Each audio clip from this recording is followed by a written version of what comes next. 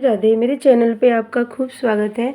आज इसकी वीडियो में फ्रेंड्स मैं आपके साथ शेयर करूंगी कि हमें अमावस्या के दिन कैसे सीधा निकालना है, और अमावस्या के दिन से ही हमें ये नियम जो होते हैं करना होता है, जैसे सीधा निकालना। और चाहे वो कच्चा भोजन हो या फिर आप पका के किसी ज़रूरतमंद को या फिर ब्राह्मण को मंदिर में अगर आप दान कर रहे हो तो ये भी बहुत फ़ायदेमंद। इससे हमारे ऊपर शनि की साढ़े साती हो या ढैया हो, उससे हमें कोई भी प्रभाव, हमारे कुप्रभाव हमारे घर परिवार पे नहीं पड़ता है। तो ये सब जो नियम होते हैं वो हमें शनि की साढ़े साती से बचने के लिए हर अमावस पे हमें इस तरह का जो है कच्चा अनाज हमें अपने घर से, रसोई घर से निकालना चाहिए।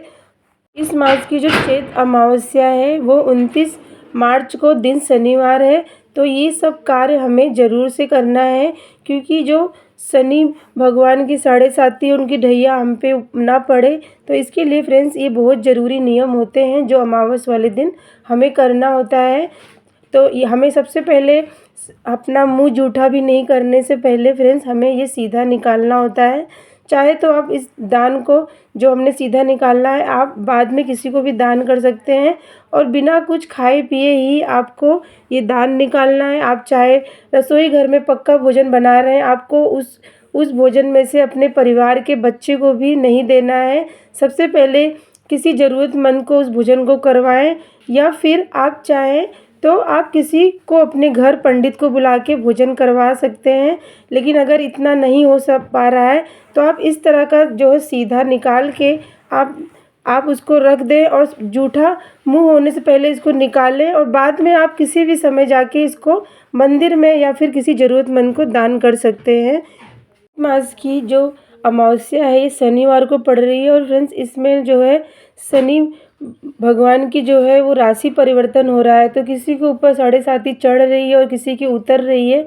तो ये सब कार्य अगर हम करते हैं तो हमें ज़रूरत नहीं है डरने की, क्योंकि अगर ये हमने हर अमावस पे ये नियम अगर कर रखा है कि हमें एक सीधा कच्चा या पक्का भोजन अपने घर से निकाल रहे हैं, तो हम पे कभी भी शनि की साढ़े साती का जो है सामना नहीं करना पड़ता है। उनका कभी भी कुप्रभाव हमारे घर परिवार पे नहीं होता है।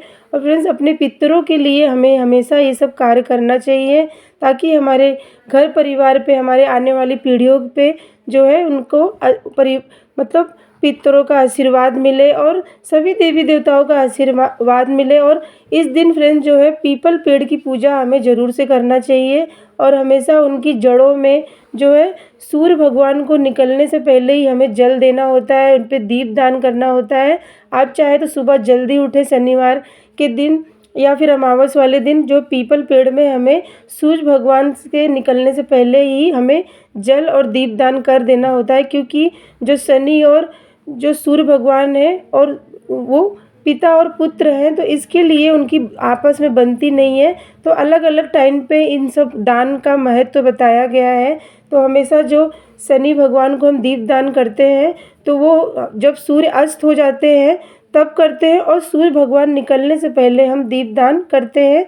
जल, मीठा जल उनमें डाला जाता है। इस तरह का अगर हम दीप दान या फिर इस जो शनि अमावस्या के दिन अगर हम इस तरह का जो है सीधा निकाल रहे हैं तो हमारे ऊपर जो है शनि भगवान की कभी भी कुप्रभाव नहीं पड़ता। जाने अनजाने में हमसे ऐसे बहुत सारे काम हो जाते हैं फ्रेंड्स जो हमें नहीं पता होता है। तो ये सब अगर हम नियम अमावस्या के दिन लेते हैं और अमावस्या के दिन दान करते हैं तो हम पे कभी भी शनि की साढ़े साती, उनकी ढैया का हमें सामना नहीं करना पड़ता है। नियम हमें ज़रूर से अमावस्या के दिन करना चाहिए, और एक नियम अमावस्या के पर हमें एक सीधा अपने घर से ज़रूर से किसी ज़रूरतमंद या फिर पंडित जी को दान के लिए देना चाहिए। तो यहाँ पे मैंने आपको बताया कि हमें अमावस्या के दिन कैसे सीधा निकालना चाहिए। तो मिलती हूँ मैं आपको अगली वीडियो में, तब तक के लिए जय जय श्री राधे।